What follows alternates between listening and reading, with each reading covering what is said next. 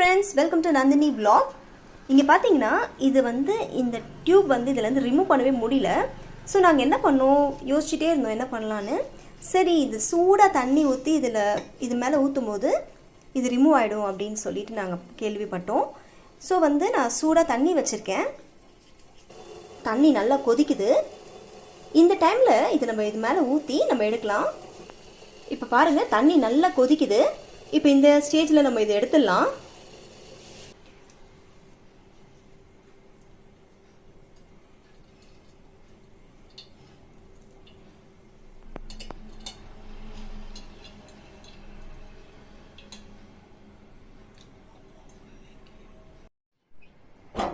அப்பாடா, ஒரு வழியா எடுத்துட்டோங்க. இது பாத்தீங்கன்னா நாங்க சாதாரணமா இது நாங்க எடுக்கல. இது எடுக்கிறதுக்கு நாங்க ரொம்ப கஷ்டப்பட்டோம். எப்படியோ ஒரு 3 to 4 hours ஆயிடுச்சு. இது நாங்க போராடி எடுத்தோம். சுடு தண்ணி வச்சு கூட நாங்க ட்ரை பண்ணோம். ஆனா அது அப்ப கூட ஒர்க் அவுட் ஆகல.